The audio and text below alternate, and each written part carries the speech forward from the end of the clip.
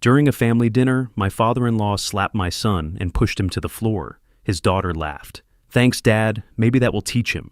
My blood ran cold. I got up and dialed a number. They have no idea who they're dealing with. Before we continue, please subscribe to the channel and let us know where you are listening in the comments. I hadn't seen my son Titus in 3 months when the invitation came. A text from Violet, my daughter-in-law, not from him. Dinner Sunday, 6:30. No warmth, no explanation for the silence. Just a summons. I drove to their house in Ballard that evening with cautious hope, the kind you develop at 67 when life has taught you that reconciliation rarely comes without strings. The Craftsman home on 24th Avenue looked the same, porch light glowing, my grandson's bicycle lying in the grass. I'd bought that bike for his birthday last year, the party I wasn't invited to. Violet answered the door. Her smile was precise, practiced, stopping precisely at her lips. "Winfield, come in." Not Dad Curtis like she used to call me. Just my name, delivered like she was signing for a package. Titus stood in the dining room and my chest tightened. Dark circles shadowed his eyes. His shoulders curved forward like he was bracing for impact. When he saw me, something flickered across his face. Relief, maybe, or warning. He hugged me quickly and I felt how thin he'd become. "Hey, Dad. Thanks for coming." "Wouldn't miss it," I said, though we both knew I'd missed plenty lately, not by choice. Dinner started quietly. Pot roast, roasted vegetables, the dishes I'd given them as a wedding gift 5 years ago. I remembered writing the check for their wedding, $25,000. Violet had hugged me that day, called me generous, said she was lucky to have me as family. That woman seemed like someone I'd imagined. "How's the freelancing going?" I asked Titus, cutting into the meat. He opened his mouth, but Violet spoke first. "Freelancing isn't stable. We've been discussing more reliable options." "I have steady clients," Titus said quietly. "The work's good." "Computer work," Violet said, her tone dismissive. "Not exactly." The front door opened without a knock, heavy boots on hardwood. My daughter-in-law's father, Philemon Walters, walked into the dining room wearing work clothes with Walters Construction LLC stitched across the chest. He hadn't been invited to dinner, yet no one seemed surprised by his arrival. "Violet, sweetheart." He kissed her cheek, ignored Titus entirely, then turned to me. "Winfield, still living in that old place on 85th? "Still there," I said evenly. "Must be tough on a government pension." He pulled out a chair without asking, sat down like he owned the table. "I keep telling Titus here he needs to learn real work, construction, hands-on labor, something with value." I watched Titus's jaw tighten. He stared at his plate. "Design is valuable work," I said. Philemon laughed, a harsh bark. "Sitting at a computer playing with pictures? That's not work. That's a hobby." I offered him a real position at my company, but he keeps making excuses. "I have commitments," Titus began. "To what? Playing with graphics?" Philemon leaned back, arms crossed. "Your father probably never achieved much either, living in that shack. Low expectations run in families, I suppose." Violet smiled. Actually smiled. I took a sip of water, let the insult settle into the quiet space between my ribs. The glasses were from the wedding gift, too. I'd spent 3 hours picking them out, wanting Titus to have something nice, something that said, I believed in his marriage. At my age, I'd learned that defending yourself against people like Philemon only encourages them. So, I set down my glass carefully and said, "Well, at my age, low expectations have their advantages." Philemon's expression suggested he'd expected anger, not self-deprecation. He shifted in his seat, looked at Violet. The rest of dinner blurred into a montage of small cruelties. Violet mentioned that Titus had been doing free design work for Walters Construction. "Family helps family," she said brightly, as if unpaid labor was a gift. Philemon detailed his business success with numbers that sounded impressive until you considered he was still wearing work clothes to dinner, unable to afford a separation between his life and his company. I noticed things. The way Titus flinched when Violet's voice rose. How he apologized constantly for the temperature of the food, for forgetting to buy the right wine, for having a client call interrupt dinner. The expensive camera I'd given him for his birthday sat in the corner on a shelf, gathering dust.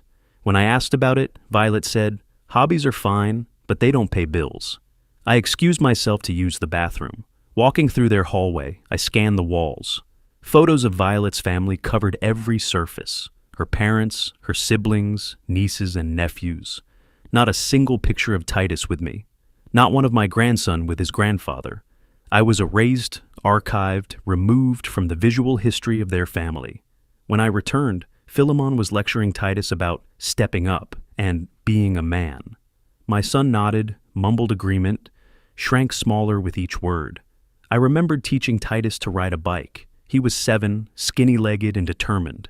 He fell 6 times before he got it right, came back every time with scraped knees and absolute focus. "Again, Dad," he'd say. "Let me try again." That boy wouldn't recognize this man. Dinner ended mercifully around 9:30.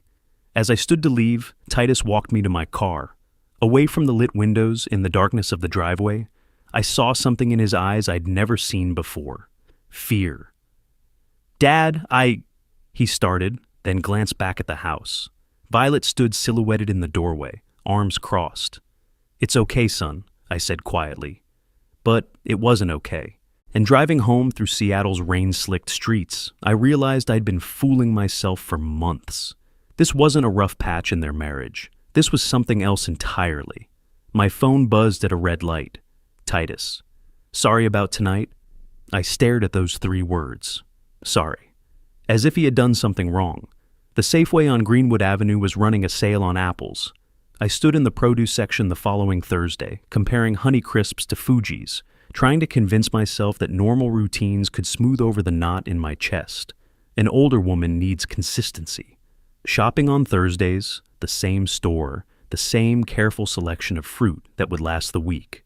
"Winfield," I turned. Sadie Thornton, my neighbor from 3 houses down, pushed a cart toward me. She'd been a court secretary 20 years ago, back when I was still prosecuting cases. We'd crossed paths again when I moved to Greenwood, shared the occasional conversation about property values and Seattle weather. "Sadie, how are you?" Good. Say, was that Titus visiting you last night? I saw his car." I set down the apple I'd been examining. "Last night? Around 8 o'clock. That blue Honda he drives was parked right in front of your place. Sat there for quite a while, actually. 20 minutes, maybe more. I figured you two were having a long chat." 20 minutes. My son had sat outside my house for 20 minutes and never knocked. "He probably got a phone call," I said, keeping my voice light. "You know how it is." Sadie's expression shifted, something concerned flickering across her face. "Is everything all right with him?" He looked, I don't know, troubled. "Just busy with work. Thanks for mentioning it, Sadie." I finished shopping on autopilot, drove home, sat at my kitchen table staring at the old legal pad I kept in the drawer, a habit from 3 decades of building cases. I didn't write anything dramatic, just dates and times. March 9th, dinner at Ballard House. Philemon. Low expectations run in families. Violet. Hobbies don't pay bills. Titus. Multiple apologies, flinching when wife raised voice. March 13th. Titus sat outside my house, never came in. The following 2 weeks crawled past. Titus texted sporadically. "Busy." "Sorry." Later. Each message shorter than the last, like he was rationing words. I invited him to coffee twice. Both times he declined with vague excuses about deadlines and appointments. I didn't push. Pushing would make things worse. On a Tuesday afternoon in early April, my phone rang. Violet, not Titus. "Winfield, it's Violet. I'm calling about dinner." "Hello, Violet. How are you?" She ignored the pleasantry. "We'd like you to come to dinner this Sunday, April 6th, 6 o'clock. "That sounds fine. What's the occasion?" "Dad, Philemon, wants to discuss something important. About Titus's future." I paused, let the silence stretch. Titus's future. Not our future, not family plans. His future, spoken like he was a project to be managed. "I see. Will Titus be there?" "Of course. It's his future we're discussing." Her tone had an edge, like she expected resistance. I gave her the opposite. "Then I'll be there." A beat of surprise. "Oh, good. 6 o'clock sharp." She hung up before I could respond. Sunday came with typical Seattle drizzle. I showered, dressed in khakis and a button-down shirt, checked that my phone was fully charged. Washington is a one-party consent state for recordings, a fact I'd relied on countless times as a prosecutor. Not that I was planning anything specific, just being prepared. I arrived at 6 exactly. Brought a bottle of wine, nothing expensive, the kind of hostess gift that demonstrated courtesy without warmth. Violet accepted it with a nod. No thank you. The dining room felt different this time, colder, despite the same lighting. Philemon was already seated at the head of the table, though it was Titus's house. My son looked worse than he had 3 weeks ago. His hands trembled slightly as he poured water. We sat. No small talk, no "how have you been?" Philemon launched directly into his agenda. Titus, I've been patient, but it's time you stepped up and joined my company full time. I appreciate the offer, Titus began carefully, but I've built a client base. Philemon's hand hit the table. The glasses jumped. Your computer games aren't a career. I'm offering you $2,800 a month, steady income, real work. Titus's voice wavered. That's less than half what I make now. Money isn't everything, Titus. Violet leaned forward. Family is. Dad's offering you stability. But I am stable. I have contracts through. You're a failure, Philemon's voice filled the room. Just like him. He jabbed a finger at me. Look at your father, 67 years old, living in that dump. Is that what you want? I continued eating, chewing methodically. Pot roast again. Not as good as last time. Titus stood abruptly, chair scraping back. I need some air. Excuse me? You sit down. Philemon rose too, looming. We're not finished. I just need a minute. I said sit down! Philemon's hand shot out, grabbed Titus's shoulder. He shoved, hard, sudden. Titus stumbled backward, caught his heel on the chair leg, went down. The sound of him hitting the floor was dull, meaty. Before he could get up, Philemon stepped forward and slapped him across the face. The crack echoed like a gunshot in the sudden silence. Violet laughed, actually laughed. Thanks, Dad. Maybe this will teach him to listen. Time stretched. Titus on the floor, hand pressed to his reddening cheek. Violet standing above him with that smile. Philemon breathing hard, flushed with exertion and satisfaction. I set down my fork, placed my napkin beside my plate, stood slowly. Philemon turned to me, apparently expecting approval, or at least silence. Sometimes you have to use a firm hand. Right, Winfield? Old school discipline. The dining room felt very small, very quiet despite his heavy breathing. Excuse me a moment, I said. My voice was calm. Too calm. I reached for my phone. Philemon turned to me, apparently expecting approval. His face was flushed, chest heaving with exertion and what looked like satisfaction. You understand, right, Winfield? Old school discipline. Sometimes young people need a firm hand to learn respect.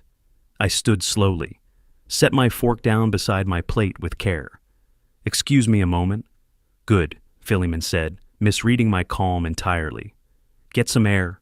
This is between us and Titus anyway. I walked to the kitchen, 10 steps, maybe 12. Through the doorway I could still see the dining room, Titus on the floor, one hand pressed to his reddening cheek, Violet standing over him with her arms crossed, Philemon settling back into his chair like a king on a throne. My phone came out smoothly. 35 years as a prosecutor teaches you certain skills. Evidence first. Always evidence first. I activated the camera, positioned it on the counter, angled toward the dining room, pressed record. Then I made the call. Marcus, this is Winfield Curtis. Detective Marcus Reed's voice carried surprise. Winfield? Is this... Wait, the Winfield Curtis? Yes, I need your assistance. I'm witnessing domestic assault. Adult male victim, adult male perpetrator. Physical violence, including a strike to the face. Victim still on the floor. Location? 6547 24th Avenue Northwest, Ballard. I'm on scene now. I have video evidence of the incident.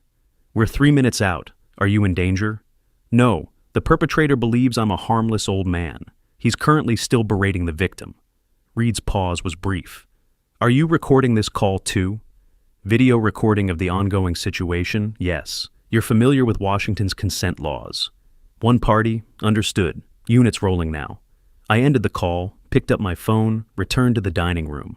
Slipped the phone into my shirt pocket with the camera lens visible. They didn't notice. Too focused on their educational moment. Please, I said, sitting down. Continue. Philemon barely paused. As I was saying, Titus, you'll start at my company Monday. $2,800 a month. Violet actually pulled out a notepad, and started writing. And you'll need to sell that camera. No more wasting money on hobbies. I lifted my water glass, took a sip. What exactly would Titus's role be, Philemon? He leaned back, happy to explain. Website design, logos, marketing materials, real work that supports an actual business. Would that be compensated separately from the $2,800? Philemon scoffed. That is the compensation. He gets steady income, I get professional services. Fair trade. Titus spoke from the floor, voice barely above a whisper. That's not fair trade. Those services are worth... You don't get to negotiate. Philemon's fist hit the table. You're in no position to negotiate anything. I glanced at my watch. 6 minutes since the call, the serving platter sat between us, pot roast congealing in its own juices. Violet was still writing her list. Oil 1, sell camera 2, start at Walters Construction. Monday 3, stop wasting time on freelance clients. Like she was planning a grocery trip instead of dismantling her husband's career. Titus looked at me then. Really looked at me. Something in his expression shifted, confused by my stillness, my silence. I gave him the smallest nod. Trust me, son? Just trust me. 8 minutes. The doorbell rang. Violet's head snapped up, irritated. Who would come by this late? Ignore it, Philemon said. We're not done here. The doorbell rang again, more insistent. Violet stood with an exasperated sigh. This is ridiculous. She walked to the front door. I heard it open, heard her sharp intake of breath. Good evening, a uniformed officer said. We received a report of a domestic disturbance at this address. What? Violet's voice rose half an octave. There's no disturbance. This is a family matter, private. Detective Marcus Reed stepped into view behind the patrol officer. Even after 6 years, I recognized him. Same sharp eyes, same careful posture of someone who'd seen too much and forgotten none of it. Ma'am, we need to come inside. We have probable cause to enter based on the call we received. You can't just... Violet started. RCW 1031 I-100 permits us to enter without warrant when domestic violence is suspected. Please step aside. Violet stepped back, face draining of color.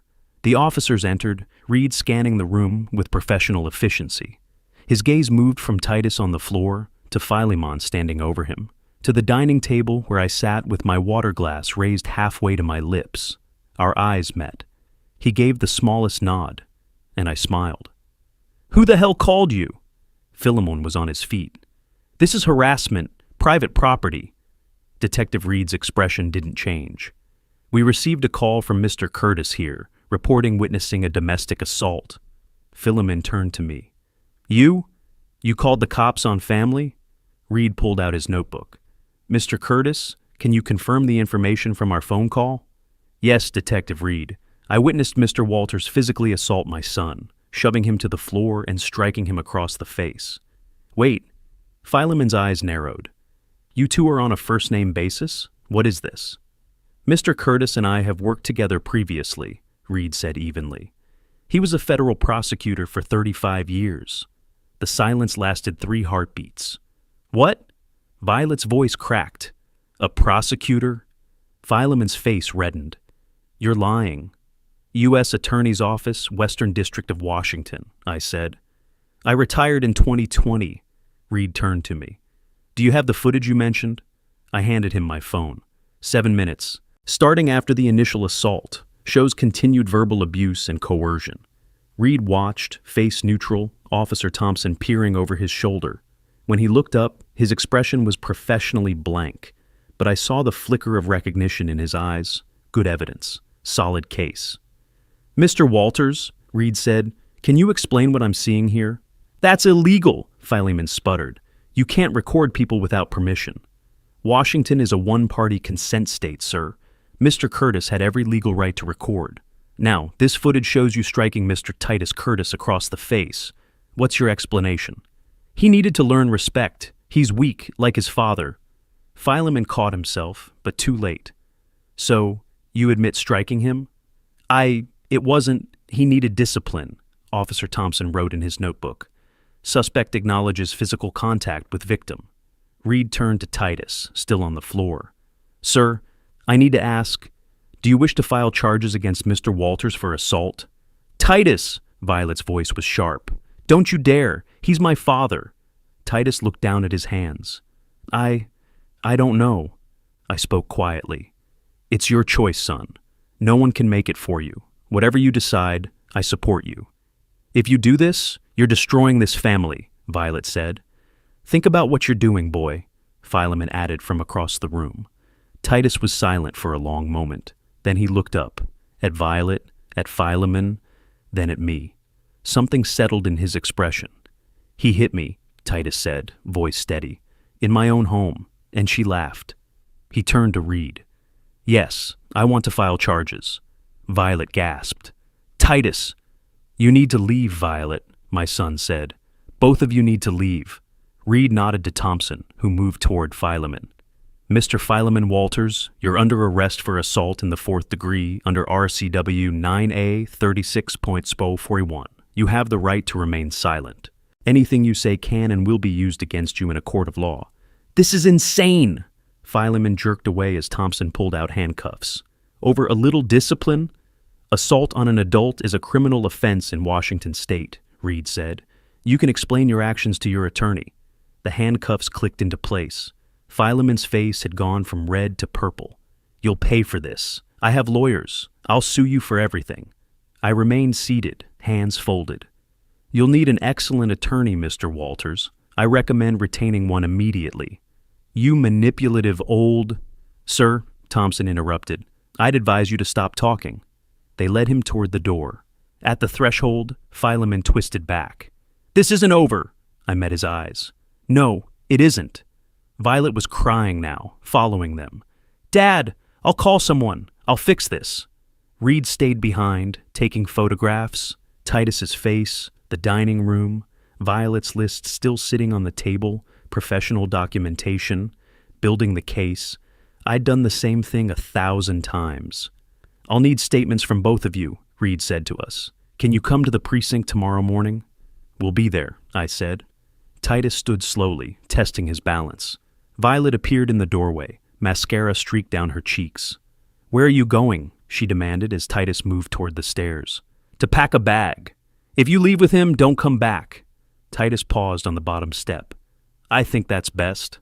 I followed him upstairs, watched him pull a duffel bag from the closet, methodically folding clothes, his laptop, toiletries, the Canon camera from the corner. He held it for a moment, then carefully wrapped it in a sweatshirt. Violet appeared in the doorway. Her voice had changed from angry to desperate. Titus, please, we can fix this. Dad didn't mean... He meant it, Titus said, without looking at her. And you laughed. I was just trying to... You laughed, Violet. He zipped the bag. We walked downstairs together, through the living room, past the family photos that didn't include me, out to the driveway where red and blue lights still painted the street. I helped Titus load his bag into my car. Violet stood in the doorway, arms crossed, watching. Behind her, the patrol car sat at the curb, Philemon's silhouette visible in the back seat. Where are we going? Titus asked as I started the engine. Home, I said. My home. You'll stay with me until we figure out next steps. He nodded then. Dad, why didn't you ever tell me about being a prosecutor? I pulled onto the street, watching Philemon's shape in the rearview mirror. Because I didn't want you to know me for what I did. I wanted you to know me for who I am. And who are you? Your father, that's all that matters. Violet was on her phone already. Calling an attorney probably, calling family, probably not realizing that everything had changed tonight. The old prosecutor in me noted the time, just after 9. The arrest was just the first move. The real work would begin tomorrow. We drove in silence for the first 10 minutes. Titus stared out the window at the passing streetlights, processing. I let him think. Finally, Dad, last night, Detective Reed called you by name. Captain Morrison practically saluted. Who are you? I'd known this conversation was coming, had prepared for it since the moment I'd made that phone call. Still, the words felt strange after so many years of silence. I was a federal prosecutor, U.S. Attorney's Office, Western District of Washington. 35 years. His head turned slowly. You prosecuted federal cases? Organized crime, public corruption, major fraud. The Bellingham drug ring in 2017, that was my case. 17 defendants, all convicted. Why didn't you ever tell me? The question I'd asked myself 1,000 times. Because when I retired, I wanted to be your father. Not Winfield Curtis, who sent people to prison. I wanted you to know me as Dad, not as the prosecutor. But all these years, Violet and Philemon treated you like you were nobody, like you'd failed. I smiled slightly. I let them. People reveal themselves when they think you're harmless. He was quiet until we reached the precinct. North Precinct sat on College Way, a modern building that always smelled faintly of coffee and paper. I'd been here dozens of times over the years, though not in the last 5. Captain Morrison met us in the lobby. He was grayer than I remembered, but his handshake was firm. Mr. Curtis, sir, I heard you were involved. I wanted to personally ensure this case gets priority. I appreciate that, Captain. Though I'm just a witness here, my son is the victim. Yes, sir, but when Winfield Curtis witnesses a crime, we take notice. Your statement will carry significant weight. After Morrison left, Titus leaned close. He called you sir. You've been retired 5 years. Respect doesn't retire, son. You earn it over decades. That's what Philemon never understood. The statement-taking was methodical. Detective Reed walked me through every detail while a video technician copied my phone footage. I provided timeline, observations, context. 35 years of courtroom testimony had taught me precision. Titus gave his statement separately. When we reconvened, Reed had paperwork. No contact order has been approved. Mr. Walters cannot come within 500 feet of you, contact you directly or through third parties, or communicate via social media. Violation means immediate arrest. Thank you, Titus said quietly. Trial date will be set at preliminary hearing, probably late July. Reed looked at me. The prosecutor assigned is Sarah Chen. Tough. She'll want to meet with both of you for prep. I nodded. Everything was proceeding exactly as it should. We drove home, my home, and I showed Titus the guest room. His bag looked small against the double bed. Dad, what was it like, being a prosecutor? I sat in the reading chair by the window. Like playing chess, except the pieces are evidence, witnesses, and time. You think 10 moves ahead. You prepare for every countermove, and you never ever underestimate your opponent. Did Philemon underestimate you? Completely. That was his first mistake. Hitting you was his second. That evening, my phone rang. Sadie, my neighbor from down the street. Winfield, I just heard the news. I was telling my book club about the arrest, and Helen remembered you from the papers. The federal prosecutor. Why didn't you ever mention it? Didn't seem relevant, I said mildly. Well, everyone's talking about it now. The Ballard Facebook group is exploding. People are saying Philemon picked the wrong family to mess with. After she hung up, I turned to Titus.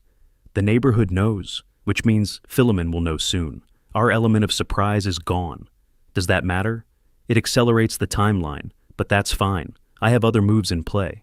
I called Gerald Patterson, an old friend who'd specialized in tax law after leaving the prosecutor's office. We'd worked a corruption case together in 2015. Gerald, I need analysis of a company, Walters Construction LLC, Seattle, everything public record. What am I looking for? Vulnerabilities, tax issues, licensing problems, contractor violations.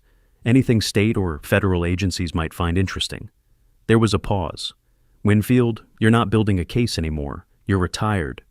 This is personal. They hurt my son. I'm not prosecuting, I'm protecting. Understood. Give me 2 days. Violet called that evening. Titus answered. Put her on speaker. Titus, we need to talk. Your father has gone crazy. He's destroying everything. He's protecting me. You and your father assaulted me in my own home. It wasn't that serious. Dad just lost his temper. But now, the divorce, the charges. Please tell your father to stop. He hasn't done anything illegal. Neither have I. We're just using the system. The system? Titus, this will ruin us. Dad could go to jail. Then he shouldn't have hit me, and you shouldn't have laughed. Silence stretched. Then, I didn't mean... Yes, you did. That's what I finally understand. Gerald called back 48 hours later. Found what you needed. IRS debt, $45,000. Equipment loans in default. Multiple L&I violations. Safety issues. Employment documentation problems. It's a house of cards. Can you document it? Already have. Want me to? Concerned citizens should probably inform appropriate authorities. Anonymously. That evening, sitting in my home office with Titus watching, I finalized the reports for IRS and L&I. Every detail documented, every violation noted, anonymous but actionable. Will this work? Titus asked. In 3 to 4 weeks, Philemon will receive letters from federal and state agencies. Audits, investigations, fines. His business will be buried in bureaucracy. And he won't know it was you? He'll suspect, but suspicion isn't proof. I hit send on both reports. Besides, I didn't lie. I didn't falsify anything. I simply informed the appropriate authorities about violations that already existed. Titus nodded slowly. Dad, what was your biggest case? I leaned back, remembering. Organized crime ring, 2016, took 3 years to build. But when we moved, we took down 18 people in 1 day. The defense attorneys couldn't believe how tight the case was. Not a single acquittal. How did you do it? Patience, evidence, and never letting them see me coming. My phone buzzed. Text from Gerald. Found the tax issues. IRS will be very interested. Documents attached. I opened the files. $45,000 in unpaid taxes, equipment loans in default, safety violations, everything I needed. The wheels are in motion now, I told Titus. In a few weeks, Philemon's world starts falling apart, and he won't understand why. 5 weeks passed like a slowly tightening noose. The preliminary hearing came first, mid-May. I didn't attend, my presence wasn't required yet, but Captain Morrison called afterward. Prosecutor won't deal. Your testimony and video make this slam dunk. Walters is going to trial, July 15th. Thank you for letting me know. Winfield, his attorney knows he's in trouble, tried every angle to get a plea. Prosecutor's not budging. I relayed the news to Titus, who was drinking coffee at my kitchen table. He'd been staying with me for over a month now. The space suited him. He'd set up a small office in the spare bedroom, resumed freelance work, stopped apologizing for existing. 3 months until trial, he said. What happens between now and then? We wait and watch. The IRS letter arrived at Walters Construction on June 3rd. I knew because Gerald called that afternoon. Your tip bore fruit. Full audit, 3 years of returns. My source says they're being thorough. How thorough? Every cash payment, every deduction, every contractor. Philemon's accountant apparently told him he's looking at $60,000 in back taxes and penalties. I made a note in my legal pad. Another domino falling. The L&I inspection came a week later. I learned about it from Sadie, who heard it from someone whose cousin worked for the state. 12 violations at one job site, $75,000 in fines. Can you imagine? And they're referring it for criminal investigation. Something about undocumented workers. That's concerning, I said neutrally. Concerning? Winfield, the man is collapsing. His business, the criminal charges, everything. People are saying you planned it. I'm simply a witness in a criminal assault case. She studied me over her teacup. You know, I worked in that courthouse for 20 years. I saw a lot of prosecutors. You were different. You didn't just win cases. You dismantled people. I dismantled their crimes, I corrected gently. There's a difference. Violet lost her job on June 20th. Titus's phone buzzed with the news, a text from her that started with profanity and ended with blame. She thinks we got her fired, Titus said, showing me the screen. Did we contact her employer? No.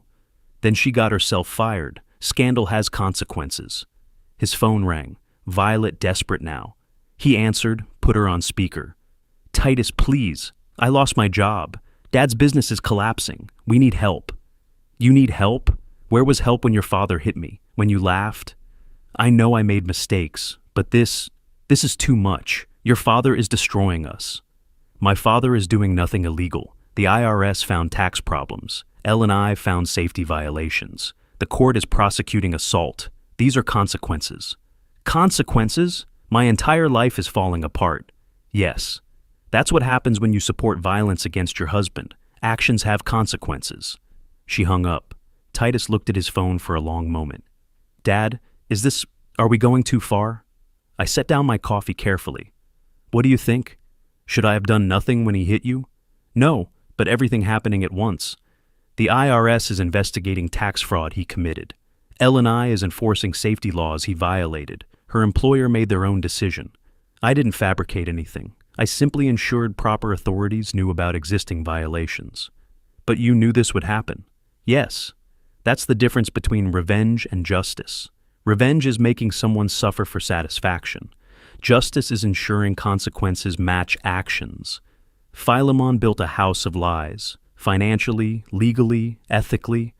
I didn't knock it down, I just stopped holding it up. He was quiet for a long time. Then, I don't feel guilty anymore. Is that wrong? No, son, that's growth. The call from Brennan's office came on a Friday afternoon in mid-June. A paralegal, professional, and detached. Mr. Curtis? Attorney Brennan wanted you to know Mr. Walters has rejected our final plea recommendation. He insists on going to trial. I thanked her and hung up. Titus looked at me questioningly. He's going to trial? July 15th.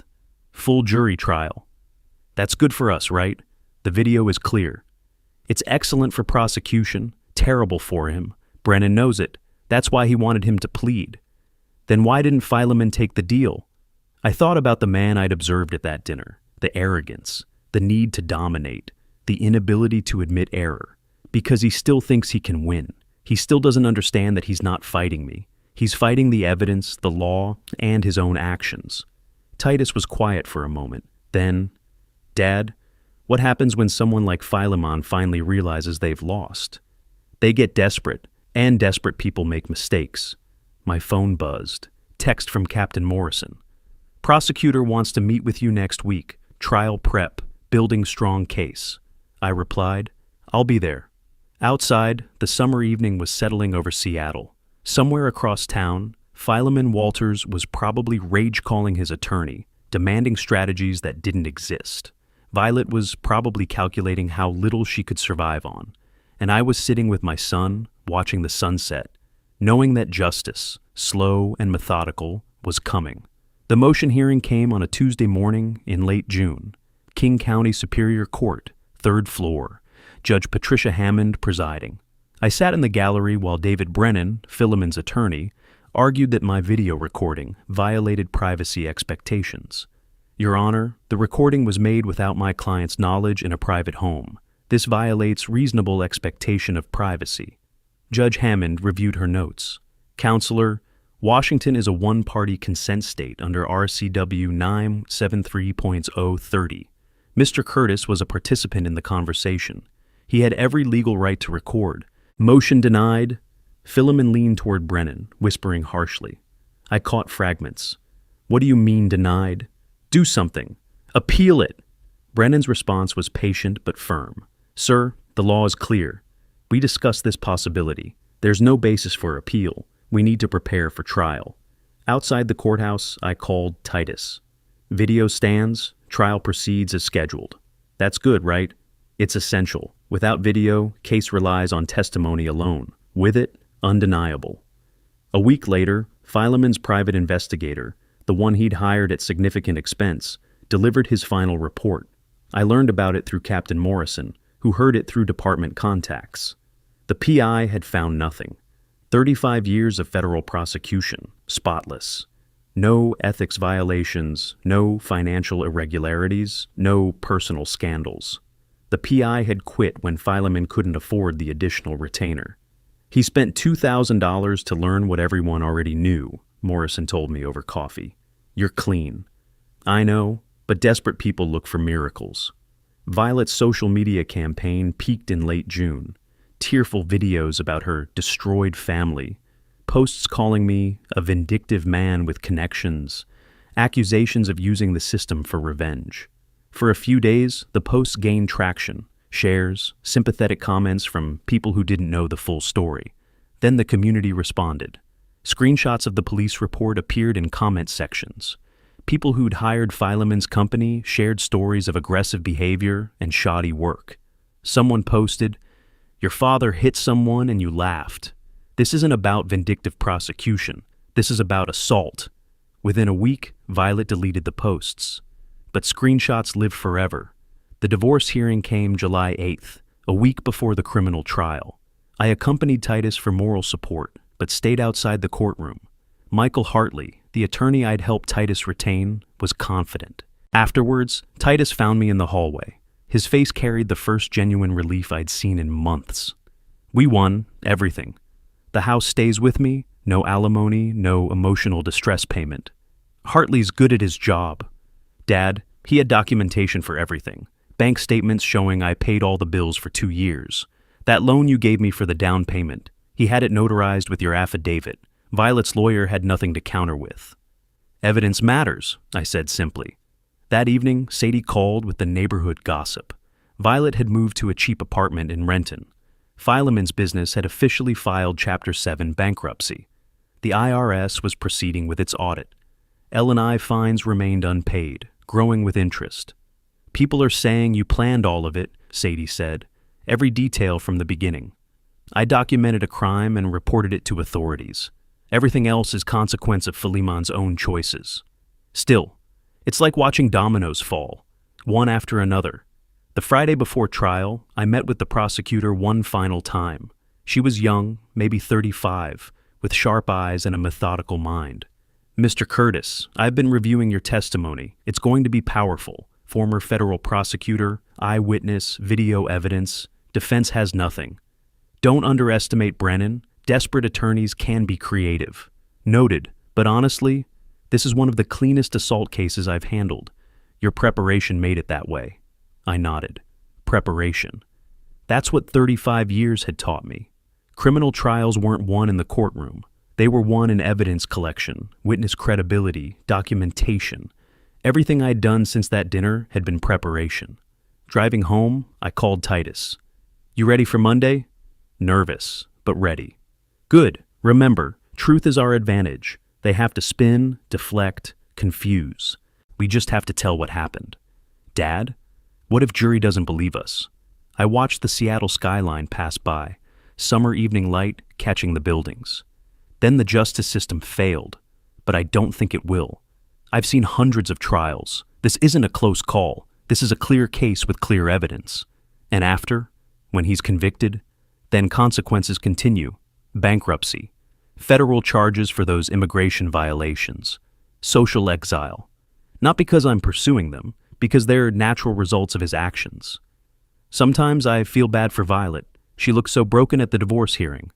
I understand, but remember, she chose to laugh when her father hit you. Consequences aren't cruelty, they're accountability. That night, I reviewed my testimony notes one last time. Monday would be difficult. Testifying against your daughter-in-law's father, even when justified, feels heavy, but necessary. Justice often feels heavy. That's how you know it matters. The courtroom smelled like old wood and nervous sweat. I'd testified in dozens of courtrooms over 35 years, but never as a witness in someone else's case. The role felt strange, passive instead of strategic, answering instead of asking. Judge Robert Chen was methodical, late 50s, reputation for fairness and impatience with theatrics. Good draw for our side. Opening statements set the tone. The prosecutor was clinical. Simple case, defendant physically assaulted victim in victim's own home. 2 witnesses, video evidence, physical injuries documented. Evidence will prove guilt beyond reasonable doubt. She played the video. Even compressed to 1 minute, it was devastating. The shove, Titus falling, the sharp crack of the slap. Several jurors flinched. Brennan's opening was what you'd expect from a lawyer with a bad hand. Momentary lapse in judgment, family stress, no serious injury intended. Consider the context of a father concerned for his daughter's family. The jury looked unimpressed. I testified that afternoon. The prosecutor walked me through credentials first. Federal prosecutor, 35 years, Western District of Washington. Established credibility before substance. Mr. Curtis, what did you observe on April 6th? I observed the defendant grab my son's shoulder and shove him forcefully. My son fell to the floor. The defendant then struck my son across the face with an open hand. What did you do? I began video recording on my phone. Washington is a one-party consent state. I had legal right to do so. Then I called Seattle police. Why? Because I'd just witnessed an assault. As a former prosecutor and citizen, reporting crimes is a responsibility. Brennan's cross-examination tried to paint me as biased, using connections, pursuing a vendetta. I stayed calm. Mr. Curtis, you could have handled this privately, family to family. Assault isn't a family matter, it's a crime. Would you suggest a witness to robbery handle it privately? You admit you have a relationship with Detective Reed? We worked together years ago. I have relationships with many law enforcement professionals. That's the result of a 35-year career prosecuting criminals. Brennan realized he was making me look better, not worse. No further questions. Titus testified the next day. His voice was steady but emotional as he described the assault, the humiliation, his wife's laughter. That's when I knew everything had changed. Under cross-examination, Brennan asked why he hadn't defended himself. He was bigger, aggressive, and I was shocked someone would do that in my own home. Several jurors took notes. I could read their faces, sympathy, understanding, disgust at what they had witnessed on video.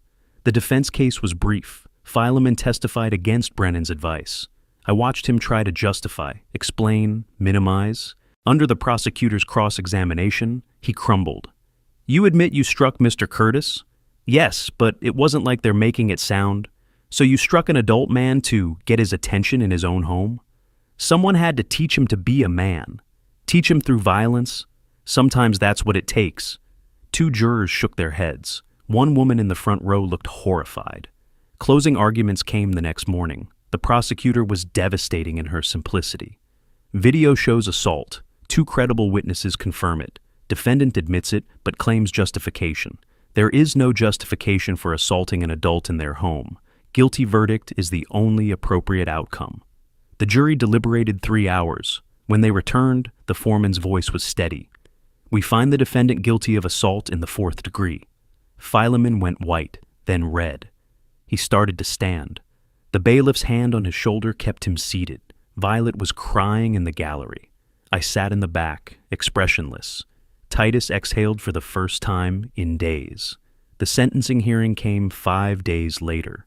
Judge Chen reviewed the pre-sentence report, victim impact statement, video evidence. Mr. Walters, this was not a momentary lapse. This was deliberate assault on an adult in his own home.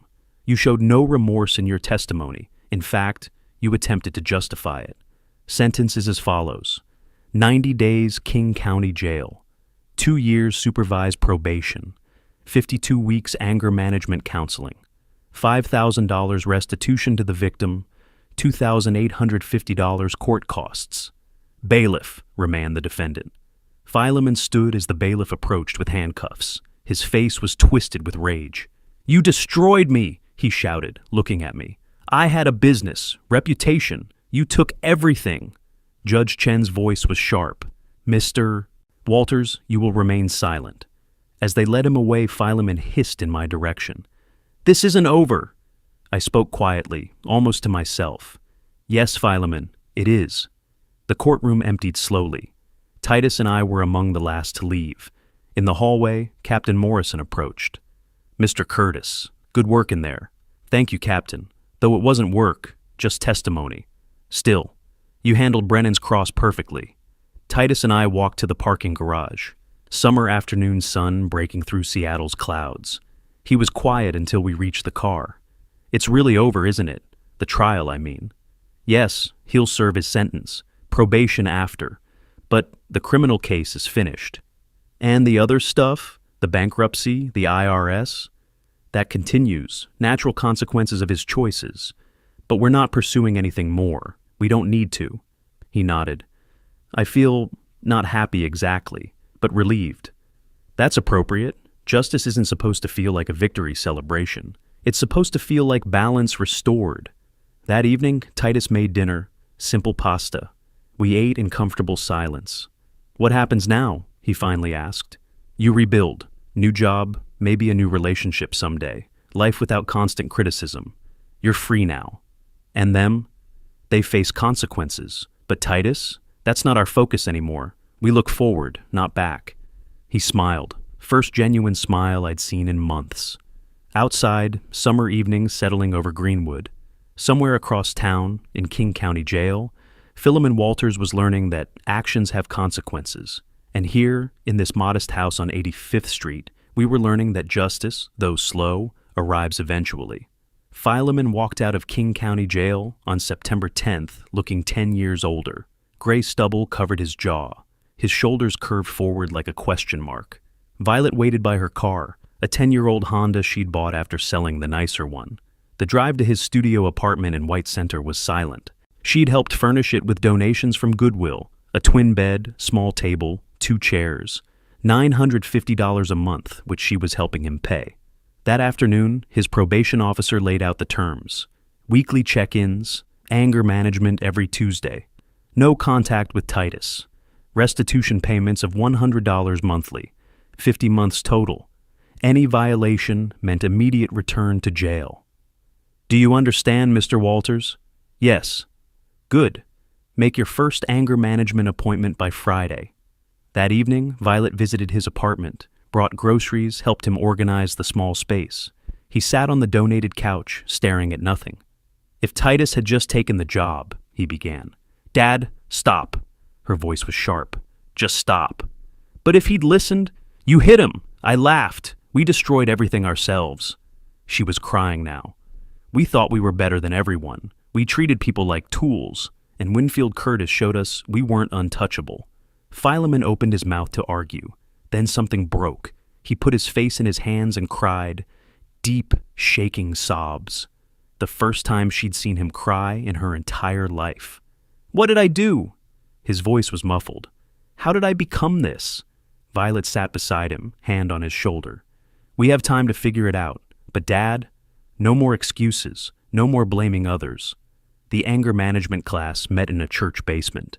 12 metal folding chairs in a circle, coffee in styrofoam cups, fluorescent lights. Philemon was the oldest. The counselor was patient but firm. Tell the group what brought you here, Philemon. Court ordered. I was convicted of assault. Tell us what happened. Own your actions. The words felt like broken glass in his throat.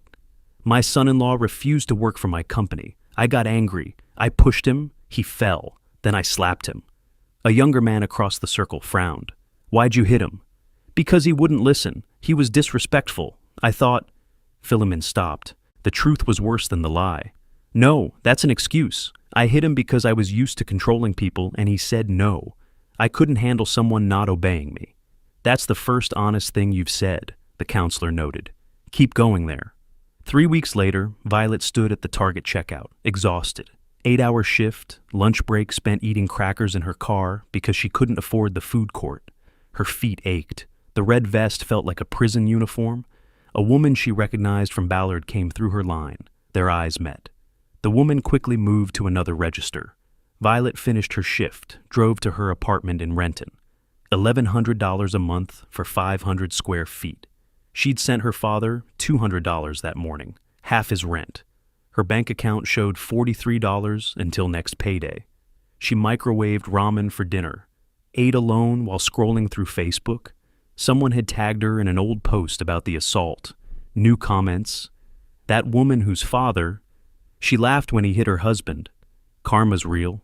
She closed the app, sat in silence, finally whispered to the empty room, What did we do? On September 20th, she dialed Winfield's number. Her hands shook so badly she had to try twice. Hello? Mr. Curtis, it's Violet. I know I have no right, but could I please speak with you in person? Long pause. She held her breath. Please, I need to apologize. I understand if you refuse. Tomorrow, 2 o'clock, my house on 85th Street. Thank you so much. I'll be there. Violet? This doesn't change anything legally or socially. This is just a conversation. I know. I'm not asking for more, just to be heard. She arrived at 1:55, sat in her car for 3 minutes, gathering courage, walked to the door in her Target clothes, the only clean outfit she had, rang the bell.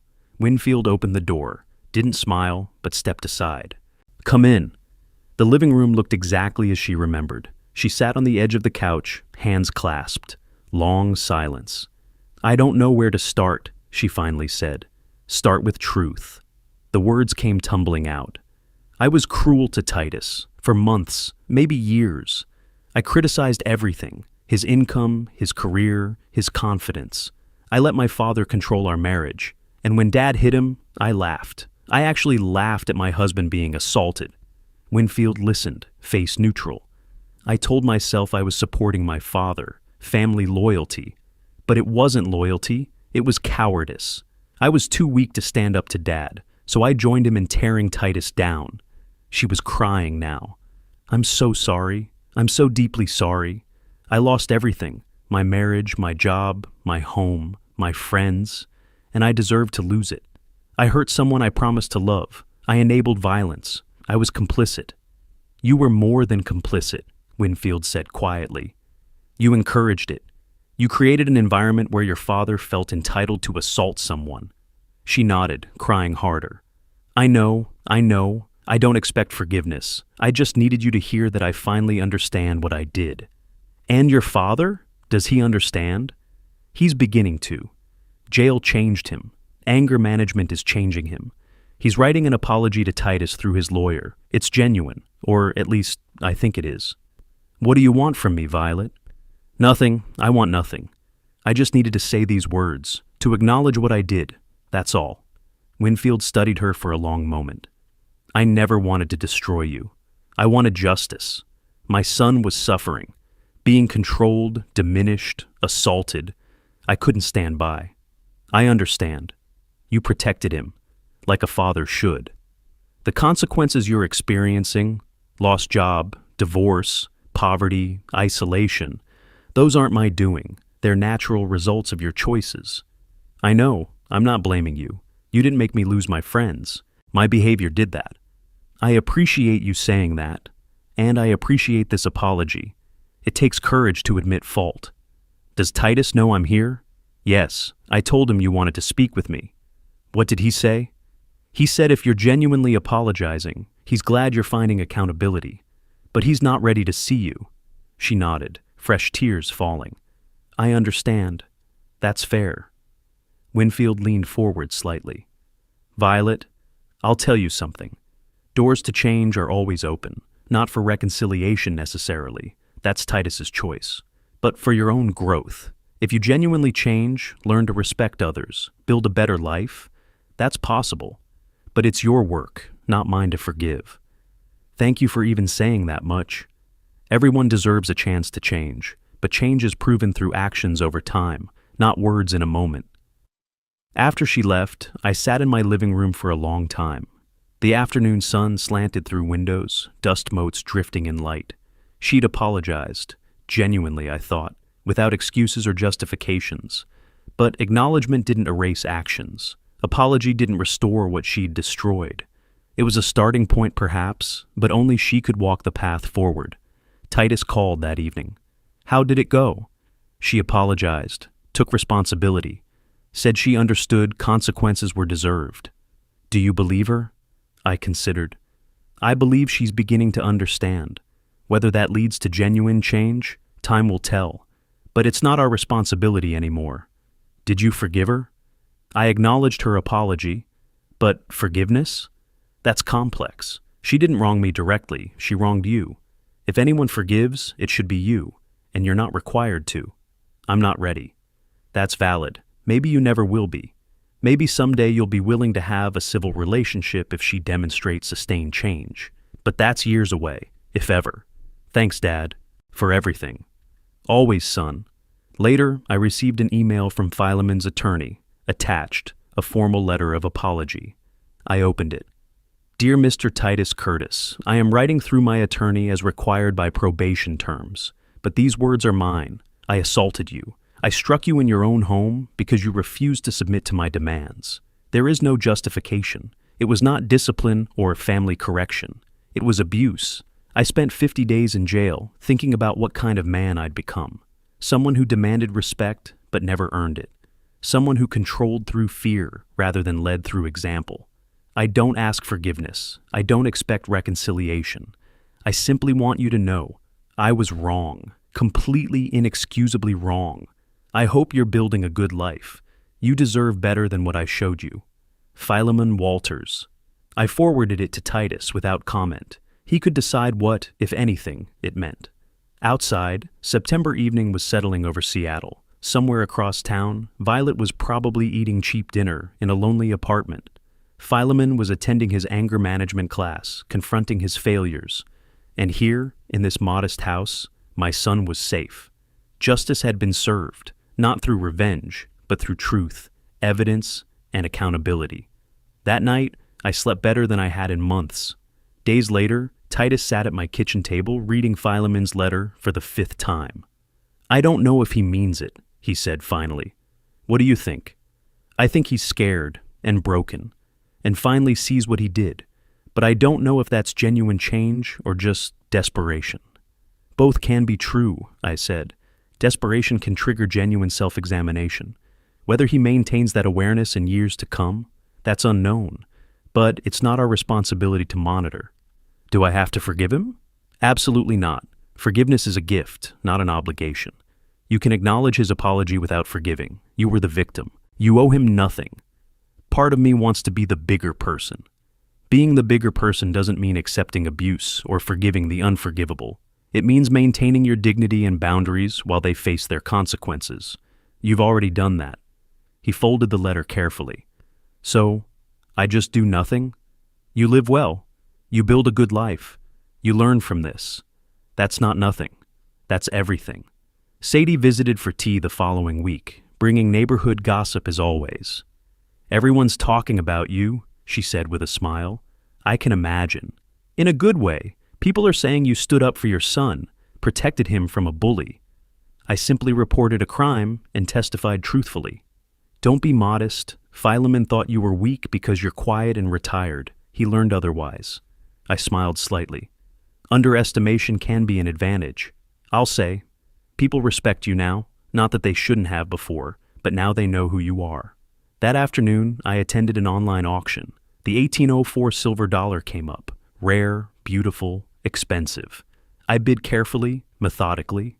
When the hammer fell at $85,000, I felt a quiet satisfaction, not just owning the coin, but returning to this hobby I loved, life continuing beyond the drama.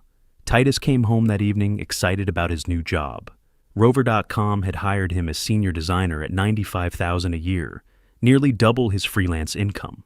"They love my work," he said. "Actually respect my ideas. It's so different from being constantly criticized." "Yeah." I forgot what it felt like to be valued. We made dinner together, something we'd been doing regularly. Simple pasta, salad, conversation about his day. The domestic peace I'd fought for. Later, sitting on the back porch, Titus asked, "Do you ever regret it? Calling police that night? Everything that followed?" I thought about the question. "No, I regret that it was necessary. I regret that your marriage ended. I regret that you were hurt. But my actions? No regrets." Violet and Philemon lost everything. They lost what they built on lies and abuse. I didn't take it. Consequences did. He nodded. "I'm glad I know who you are now. Really know." "I'm glad too, though I was always the same person, just with different history than you knew." "Why did you hide it?" "Because I wanted you to love me for being your father, not for being Winfield Curtis the prosecutor. Titles fade, relationships remain. You could have corrected Philemon when he called you a poor old man. To what end? Prove I had money? Would that have made him respect you? No. It would have made him jealous and angry. Better to let him underestimate until it mattered." We sat in comfortable silence, watching the sun set over Puget Sound. "What happens now?" Titus finally asked.